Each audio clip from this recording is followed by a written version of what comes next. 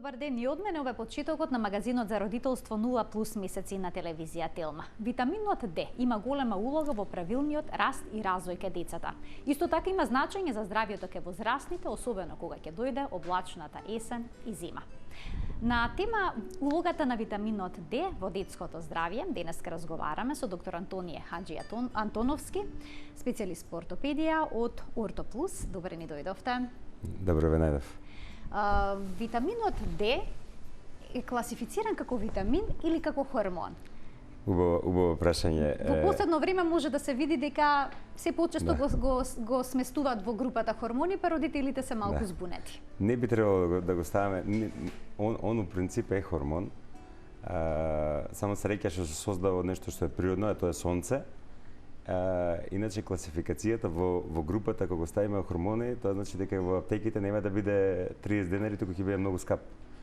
И добро е да си збориме Д витамин, за да не биде за цената да биде прифатлива. Да, затоа што кога ќе биде хормон, фармацевтските компании веќе нема тука да бидат, има именно правило во фармацевската индустрија, витамините не смеат да бидат скапи, затоа што се заопшто добро и среќа што е таму Д витаминот. Иначе он по составот, кога би погледнале хемиската структура на Д витаминот, Д витаминот ни најмалку не наликува на сите други останати витамини, туку напротив е многу близок до сите хумани хормони. Каква е улогата на витаминот Д во организмот? Многу кратна. Сите мислиме дека е битен само за коските, но не е така.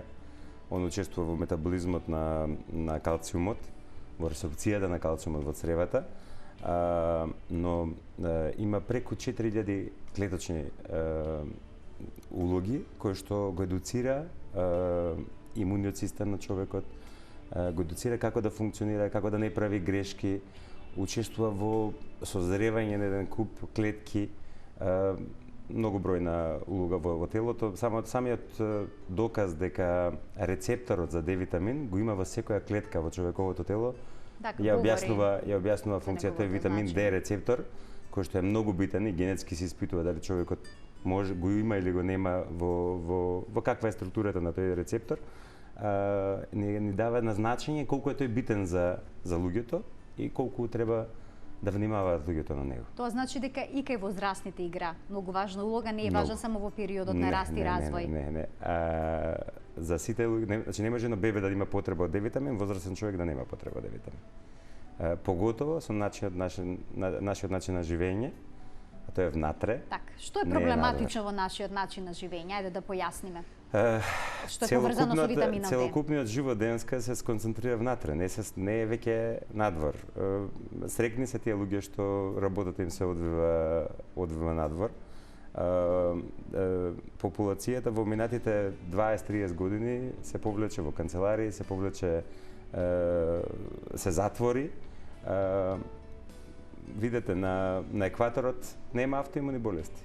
На екваторот многу малци има карциноми, зашто луѓето се уште надвор. А кожата има потенцијал да се заштити од јакото сонце и не настануваат промени кога таа е константно изложена на сонце. Значи, збораме од сабајле кога ќе излеземе, па постепено се покачува пигментацијата на кожата и таа до негде ја штити самата кожа. А ние сакаме 350 дена да бидеме во канцеларија, 10 дена да отидеме да изгориме на море и да функционираме добро. Не може да функционираме. Тогаш и кожата страда, заради тие опекотини страда кожата, за тие инцидентни излегувања на јако сонце, каде што кожата се оштетува, тоа подобро моите колеги дерматолози да го знаат да го објаснат. Дали тоа значи дека децата треба да бидат изложени на сонце покрај оној претеран страв од штетното влијание на UV зраците? Гледайте, педиатрите дефинитивно се против изложување на малите деца директно на сонце. Од таа една страна, затоа што сонцето во одреден дел од денот е многу штетно за детската кожа, зашто таа се уште не е убаво оформена, убаво заштитена, пигментот не се појавува толку и тие изгореници во детската кожа се со мемориски ефект. Значи не мора одма да настане промена, ама може понатака во животот таа кожа да резултира со оштетување на самата кожа. Ама ние мора тоа да изреагираме на сето тоа и да го суплементираме тоа што децата треба да го добијат од сонцето, затоа што нашите деца, поготово на Балканот, се затвараат дома, сем во пролет и јесен што излегуваат надвор, веќе после тоа не излегуваат. Сега пред некој ден кога имаше мало заладување, јас половина имав сигурно 10 родители кои што ми се јавија: доктор, ладно е надвор, ние денеска нема да дојдеме. И тоа представува страшен проблем. Ја не се секирам борам за тоа недоаѓање, туку се секирам зашто тие деца ќе ги затворат од ноември до март, ќе седат дома и нема да излезат надвор. Плашејќи се, и истото се случи во летниот период. Сонцето е штетно, ќе седат дома, не излегуваат надвор, а може да се седне под сенка, може да се излезе на шарена сенка. Сам да речем новороденче сме директно да биде изложено на сонце, ама тие кратки интервали од минута-две ништо нема да засмета на детската коша. Во денешното издание на 0N+, гледачите ќе имаат можност да се вклучат во програма со нивни прашања на телефонскиот број 3076-677. Слободно вклучете се во програма, поставите го вашето прашање. Денешен гостин во студиото ни е доктор Антоније Хаджи Антоновски, специјалист по ортопедија. Дали децата, односно бебињата, може да бидат здрави доколку не примаат витамин Д веднаш после раѓањето? Самата концепција на давање Д витамин е според одреден протокол кој што е групно за целата популација, и тој протокол не ги заштитува децата од тие првични недостатоци на Д витамин. Но секој човек е индивидуа, постојат и многу, како што постојат деца кои што од Д витаминот имаат штета, тие се на милион едно дете развива хиперкалцемија, ама тоа дете не сме да излези ни на сонце. Значи, буквално докторите одговорни за бубрежната патологија ги ограничуваат комплетно на излегување на сонце. Ама тоа е едно дете на милион. А додека во праксата 70% децата имаат дефицит на Д витамин. Дефицитот кај децата на Д витамин прави многу работи. Прави неедукација на имуниот систем, тие деца се поболежливи, прави проблеми во коскениот систем. Коските кога нема Д витамин, калциумот не се ресорбира во цревата, а телото си ги возбедува потребите за калциум од коските. Коските омекнуваат и се искривуваат. Ние имаме одлична пракса со соработка со родителите, детектираме ако омекнат коските, начин на кој што го правиме, ја правиме таа детекција со пипање на ребренцата, да не дозволиме градниот кош да се искриви, зашто тој прв омекнува, обично околу 4-5 месец кај бебињата знаат да се искрива долните ребренца, само поради недостаток на Д витамин. И тоа благовремено кога ќе се примети, се реагира со Д витамин и тие се засврснуваат. Ако не се засврснат, бараваме друга причина зашто тоа се случува. Има и други нарушувања генетски кои што може да доведат до тоа. Еден многу значаен проблем е рахитисот кај децата, кој што кај нас многу често го има, барем поблагите форми на рахит, и кога не се интервенира на време, се стануваат многу големи последиците. Понатака, во поглед на едукацијата на имунитетот, тука влегува и еден куп проблеми со алергии, со нетолеранција на храна, проблеми кај коските, не е само омекнувањето на коските. Д витаминот игра многу битна улога во матурирање на хондроците, да тоа е созревање на едни клетки кои што се битни во коската за таа да се развива како што треба. Многу тие коскени тумори, бенигни коски тумори, остеохондроми, кои што се излеваат, коската се излева надвор од пропорцијата на коската, настануваат само поради тој недостаток на Д витамин. Постојат болести кои што се баш во таа зона на раст на коските, кои што при поголем напор заради недоволно Д витамини, за недоволно созрени во кога расте коската, како што се набројуваат клетките внатре, они така созреваат и се претварат во коска, од трскавица во коска. Во тој процес кога е нарушен, тука настануваат еден куп болести од типот на озгуд, шлатер, тоа е остеохондроза на подколено на коска, што се јавува како дива коска, вика народот, таа е баш од тоа несозревање добро на хондроцитите, и малку поактивни деца знаат да излечат цело парче од коската, а зошто кога би можело да биде. И знаете, тоа треба да се примети на време и да се реагира на време, за да може телото да се заштити и да не се повтори. А не можеме ние општо на цела популација да даеме Д витамин превентивно. Така. Не можеме. Таа триажа треба докторите да направат, да се реагира на време и тогаш би се спречиле многу од состојбите кои што се битни за сето ова. Имаме гледач на линија, да го вклучиме во програма. Добар ден. Добар ден. Повелете. Поздрав до вас и до докторот. Благодарам. Да го прашам докторот, ако педијатрот ми вели да му давам по 2 капки, а ортопедот по 4. И сега сум во дилема кој да го слушам, дали педијатрот или ортопед. 2 капки што? Да, ја не разбрав. 2 капки? 2 капки вигантол. Вигантол. Да, тоа е добра доза за овој период од годината. Со тоа што нормално според докторот треба да види дали му треба на детето повеќе или не му треба. Имаме деца кои што во овој период од годината примат и по 4. Бебенце од 6 месеци прима по 3 по 4 капки, ама ако има потреба, а не без потреба тоа да се дава. Така, значи тоа е проценка на ортопедот на педијатрот. Ние правевме некои иследувања со помош на референтни лаборатории во Скопје. Глобално кај нашата популација, на пример, дури и во летниот период, 2 капки се добра доза за дете. Евентуално само на годишен одмор кога одат луѓето, тогаш може да не дават. Споминавте летен период 2 капки, но има препораки во летен период да не се даваат. На жалост ние не живееме на екваторот или негде на Флорида или некое место кај што луѓето повеќе излегуваат надвор, повеќе седат, нашите луѓе се затворени дома. А проблемот е и кога сонцето помага за да се создае D-витамин, зашто D-витаминот не го добивате од исхраната. Од исхраната добивате D2 витамин кој што е растително и тој не игра никаква добра улога кај човекот. Кај човекот е битен D3 витаминот, односно ние го примаме во неактивна форма, а он во телото се претвара во активна форма за телото да може да го искористи. D-витаминот се создава со помош на сончевите зраци. Со UV зраците. Да, UVB зракот поточно, значи ние на пример на стакло. Да, дали проаѓаат низ стакло, низ прозорците? Можеме да изгориме, а грам D-витамин нема да добиеме. Значи многу мајките мислат ќе да задржат детето на прозор и дека детето ќе добие D-витамин. Не, нема да добие воопшто D-витамин, само ќе изгорат детската кожа. А има прозори кои што се со UV заштити, тие не пропуштат па ништо. Децата мора да бидат изложени на директно сонце, ако сакаме од сонцето да го добијат D-витамин. Во спротивно мора суплементација. Здрав ген кај здрав човек. За 15 минути на сонце, возрастен човек на плажа, 15 минути по куси ракави, куси панталони, создава 25.000 интернационални единици D-витамин.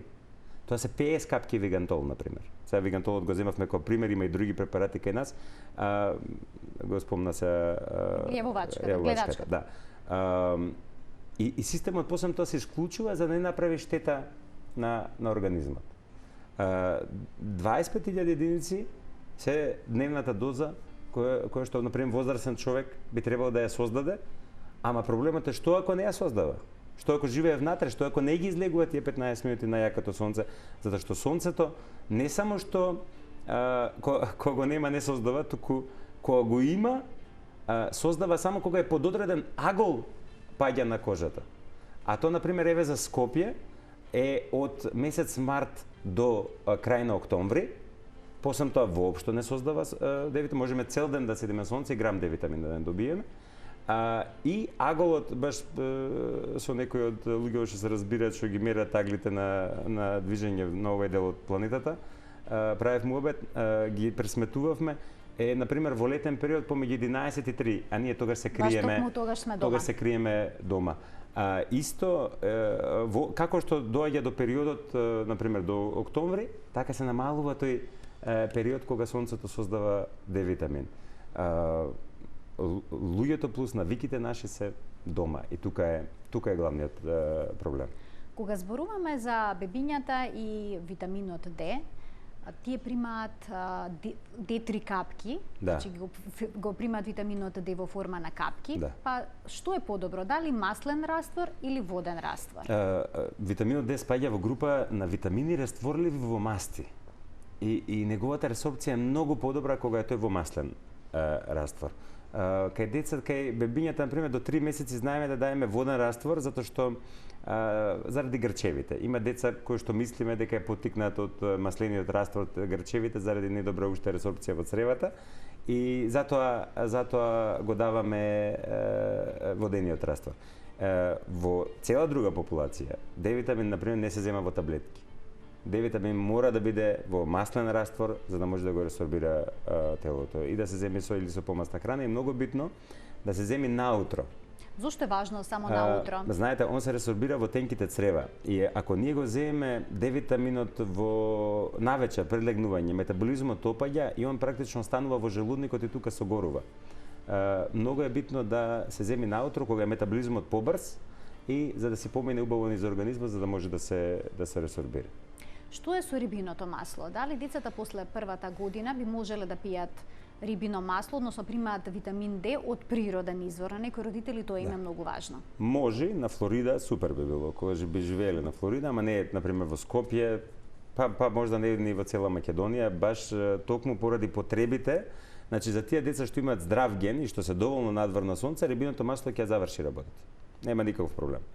Ама за да даеме добра концентрација на D-витамин од рибиното масло, ќе направиме хипервитаминоза од А-витаминот кој што го има исто во рибиното масло и тоа не ни оди во прилог. Плюс, добро, сега рибиното масло е веќе со вкусови, така полесно го пија децата, ама сепак, ако има потреба детето од повеќе D-витамини, јас сепак би одел само со витамин D. На пазарот има најразлични препарати на витамин D, некои се во комбинација со омега-3. Да. Родителите се во дилема дали е тоа можеби Тоа е подобра педиатриска варијанта. работа. Значи омегата е добра за мозокот, за мозочето и сега педиатрите ја даваат кај бебињата за развој, за подобар развој на мозочето. Има препарати такви од само раѓање почнува да се даваат со омега-3 препарати. Многу родители се плашат да не предизвикат хипервитаминоза, што споминавме еве на почетокот, дека во некои случаи може да се Затоа да дојде и не до тоа. смее да се дава паушално D-витамин. Затоа и не смее сем таа што е одредена доза на сите, генерално даена од педиатрите, не смее на своја рака луѓето да се земаат повеќе D-витамин. Тоа треба да биде строго контролирано. Денеска постојат анализи, од крвна слика се испитува колку е D-витаминот. И тоа треба да го правиме.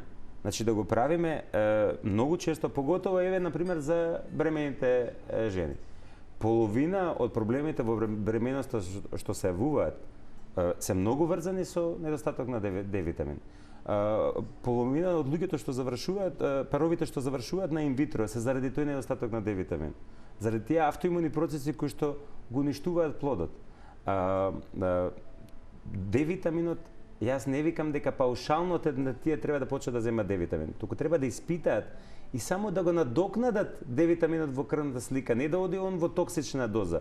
Има дозата колку е референтна, треба да биде барем над половината во крвната слика, во референтната вредност, а не да биде на долната граница или испод долната граница, тогаш не функционира телото. Да го слушнеме прашањето на гледачот кој што чека на линија. Добар ден. Ало, добар ден. Имам Добар ден. 3-месечно бебе и цело време D-витамина му го давав навечер, значи кон 7 сато. Дали е тоа штетно? Не е штетно, само треба го преферирате од наутро да давате. И уште едно прашање имам во врска со Така, ве слушаме, повелете. C-витаминот, C-витамин кај 3-месечно бебе, дали може да се дава во капки? Не гледам причина да го А на правите. упатството пишува дека се дава од 6 месеци. Не гледам причина да го давате C-витаминот, зашто токму C-витаминот прави оксалати и каменчиња, на пример, кај луѓето во C-витаминот треба да се прими доволно од храната, а он го прима од вашето млеко, така да не гледам сем ако не е ординиран од педијатар, зошто би давале кај детето C-витамин. Тоа е мојот совет. Ако педијатарот ви кажал, тогаш да, а не мајките на своја рака да се земат. Затоа го пред. Зашто? Не можев да разберам. Ви благодарам што се вклучивте во програма. Мислам дека гледачката слушаше што чека на зборуваме на телевизорот, телевизија, тука тонот малку доцни. Споминавте дека може да се забележи кога детето има дефицит на витамин D. Има на интернет најразлични текстови во кои што е наведено дека потењето на главчето е поврзано со недостаток на витамин D и сега тука се јавува паника кај родителите. Да. Потењето на главата е несигурен знак и тоа е обично нокното потење, значи а децето на пример мајките ќе го споредат со тоа кога цица, детето нормално се испоти зашто цела лицева мускулатура се малтретира кога бебето цица. ноќното потење е врзано со недостаток на D-витамин, ама е несигурен знак за недостаток на истиот. D-витаминот како препарат е испитлив, мерлив и можеме да испитаме и да видиме дали треба или не треба D-витамин. Знаците, ние ортопедите ги приметуваме според коските. Например, искривена глава, ќе кажете недостаток на D-витамин. Точно, заради недостаток на D-витамин омекнува главата.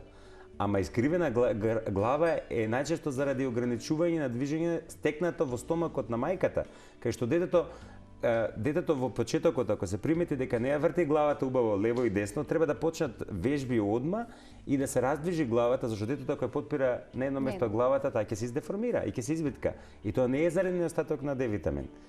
Исто и мајките прават или некои од моите колеги, фонтанелата ќе ја пипнат затворена и ќе опрекинат D-витаминот. Сметат дека пребрзо се затвара поради витаминот D. Значи, и да е затворена фонтанелата, повторно треба D-витамин за детето. D-витаминот не е механизам за стеснување и отварање на фонтанелата. Тоа е исто како кога ќе затвори фонтанелата, детето не смее да излегува веќе на сонце, апсолутно погрешно. Фонтанелата се затвора според напипање. Таа сепак не е затворена, главата си расте. Заради конституцијата на главата, така и изгледа фонтанелата. Имаме кај деца кои до 2 годишна возраст нормално се затвара фонтанела. Имаме деца и после 2 годишна возраст, само таму е поризично и им советуваме на мајките, например, да при активни спортски активности да стават кацига. Иначе таа окосте ќе се затвори, тоа секогаш може да се провери со едно ехо. Имаме двајца гледачи на линија кои што очекуваат да бидат вклучени во програма. Добар ден. Добар ден. Повелете, во програма сте. Вака, имам едно прашање во врска со препаратите на D3. Имам 9-месечно бебе и давам по една капсула D3 Бебитол. Така? Сега гледам според некои мои пријателки дека различни педијатри препорачуваат Вигантол 2 капки, бидејќи содржал повеќе D3 за разлика од Бебитол капсулите. Дали е тоа точно? Нема потреба се оптеретувате со препаратите. Тоа што треба да гледате е колку содржи, колку интернационални единици содржи еден препарат. Една капка Вигантол има 500, една капсула Бебитол има 400 и тоа не е никаква разлика. Значи една капка е исто колку една капсула Бебитол. Слушате си го докторот што ви ординира терапијата. Тие се сите добри D-витамини на пазарот. Немате причина за битно е да даваме D-витамин според препишаната доза, а не според капките, зашто например во едно Бебитол има многу капки, а сите тие капки се 400 интернационални единици, не се повеќе од тоа. Така.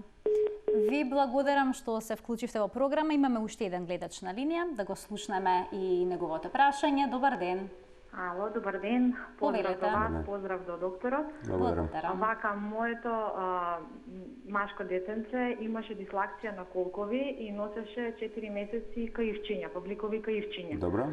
И примавме по 2 капсули, по 2 капки Вигантол. Добро. На последните 2 контроли, значи уште не му беа развиени јадрата. Јадрата не се разви, например, доколку носило павликови каивчиња и доколку таа абдукција е многу широка, јадрата се развиваат малку покасно, тука ќе игра улога витаминот D, но не е главна улога. Значи, кога ќе почнат самите колкчиња да се движат, ќе се ослободи колкот и тогаш ќе почне да се формира јадрото. Така? Дали на 4, дали да продолжиме со 4 капки? Тоа не можам јас да ви го кажам мислам на телевизија. Значи, тоа треба си го прашате се... ортопедот кај што одите. Така. На каков начин може да се испита количеството на витамин D во крвта? Дали се прават проста анализа, например, од прст ќе земат крв и ја на моите деца баш буквално од прст ќе ги боцнат, ќе им земат да се прави анализа на D витаминот. Треба ли уште некои параметри да се испитат како што е ниво на треба калциум, да биде референтна лабораторијата, значи така, тоа е многу важно. Затоа што многу од анализите кај што се прават со тестери, тоа не се точни резултати. Плюс кај нас скоро во сите лаборатории се испитува 25-оха, тоа е неактивната форма на D-витамин, а таа молекула е иста со молекулата на D2 витаминот. И кај сите анализи што ќе ги направите во Македонија, не само што ќе има внатре колку има D3 во организмот, туку, например, едно јајце, ако изела личноста предходниот ден, веќе ќе биде покачено нивото и ќе мислиме дека има само D3, а тоа е всушност D2 плюс D3. Вистинскиот D-витамин колку би имало во организмот има активната форма на D-витамин. Тоа е 1,25 ОХ 2 пати, а тоа е активен D-витамин, дихидрокси, и тоа ни кажува точно колку има расположлива концентрација на D-витамин во крвта, ама на жалост кај нас во држава, барем јас колку што знам, нигде не се прави. Што е со исхраната, кога ќе почне до храната? Дали има некои продукти кои што се особено богати со витамин D? Може, ако изедете на 10 кила лосос ќе добијате може да е концентрација од една капка вегантол. Не, од храната D-витамин не можете да добиете.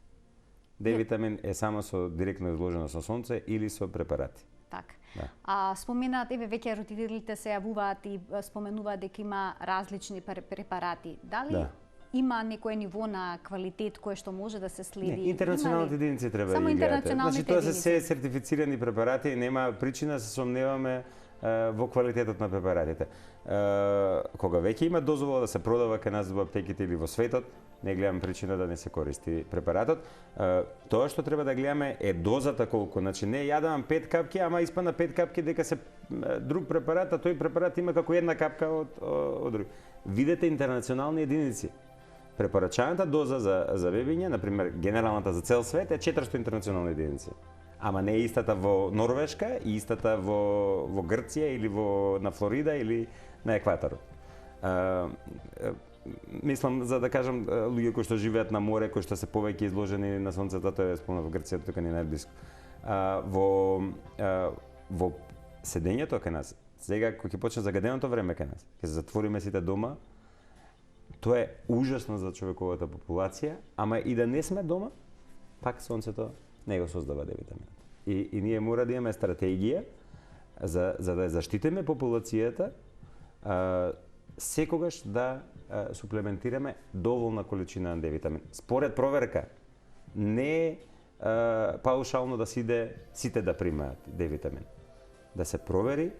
Од D-витамин може да бидат болки по телото, може да бидат болки во мускулите. И чести респираторни болести кај децата, значи тоа е причина за родителите да се посомневаат. Една астма се ова само заради недостаток на D-витамин.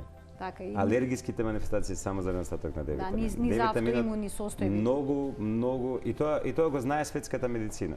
Значи го знае. Само до сега немаше како да го испитаме тоа. Разни форми на канцер се директно поврзани.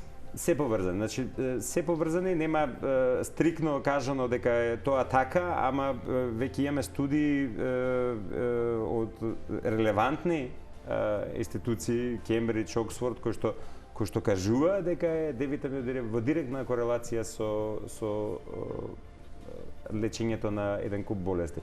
Во моментот многу од автоимуните болести се лечат со високи дози на D-витамин. Тоа е една експериментална програма која што е базирана врз точно резултатите од крвната слика. Значи, не се дава D-витамин ако нема D-витамин, туку ако фали D-витамин се дава D-витамин и тогаш ги гледаме ефектите тоа, ама тоа оди стриктно под надзор на лекар, не оди паушално, како што ви кажав, за да земе било кој што ќе му текне да земе D-витамин. Така, имаме повторно гледачна линија, да го вклучиме. Добар ден. Добар ден. Повелете. На телефон е баба, што има внуче од 16 месеци за 5 дена. Имам едно прашање до докторот. Сега, пошто он веќе почна да оди, значи немаме никакви додатни витамини кои што ги внесуваме ке него, освен од вчера што почнавме со рибино масло. Добро. Дали му даваме, значи, по една цртичка од... тоа е прилика околу 400 интернационални единици. Така, дали е во ред да продолжиме, пошто ние веќе не користиме капки, како D3, како порано до 12 месеци дојка беше. Дали е во ред да продолжиме сега со ова рибиното масло? Он го сака, значи се го пие. Да. Ако е се во ред со детето, тогаш нема причина да се секирате. Ние зборуваме за концентрација на D-витамин, каде што лекарот ќе примети нешто и ќе даде поголема количина D-витамин. Ако лекарот кажал дека е се во ред, ако коските се убаво црсти, немаме извиткување на коските, немаме причина да се секираме. Да не се секирате децата после третата година, обично во втората, третата година, нормално да станат X коленцата, да се допрат коленцата меѓу родителите себе. веќе се И они мислат дека е тоа поврзано со витаминот нечени, D. например, на 3 години да бидат буквата нозете. Тоа е обично врзано или екстремно X.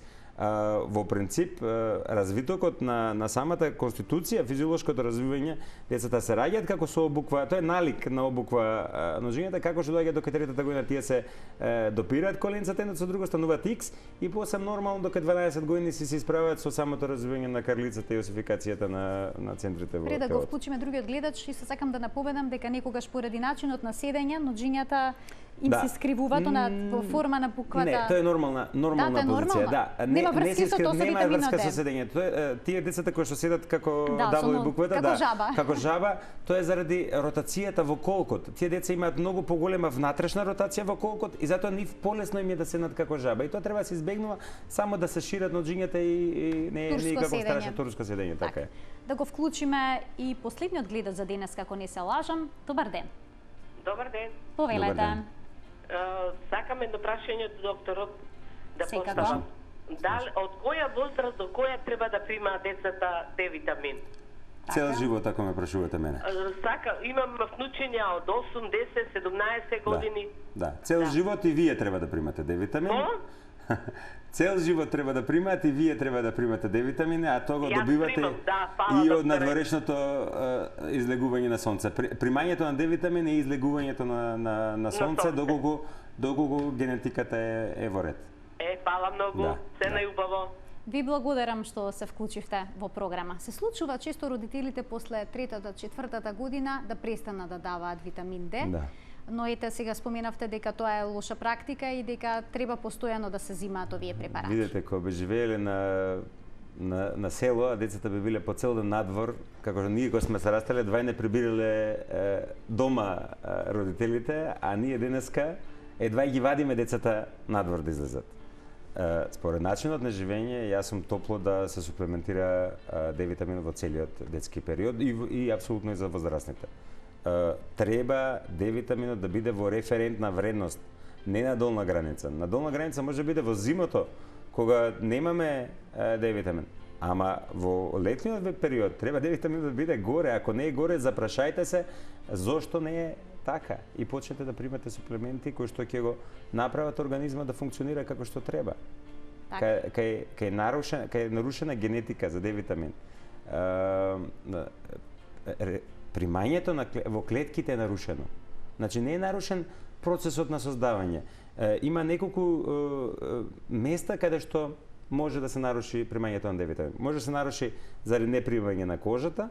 Втора варијанта може да се наруши затоа што е нарушен протеинот што го носи од црниот дроб до бубрезите кај што треба D-binding protein, се викат врзувачки протеин за Д витамин. И тоа е еден протеин кој што го фаќа Д витаминот и го носи во бубрезите, се претвори во активна форма.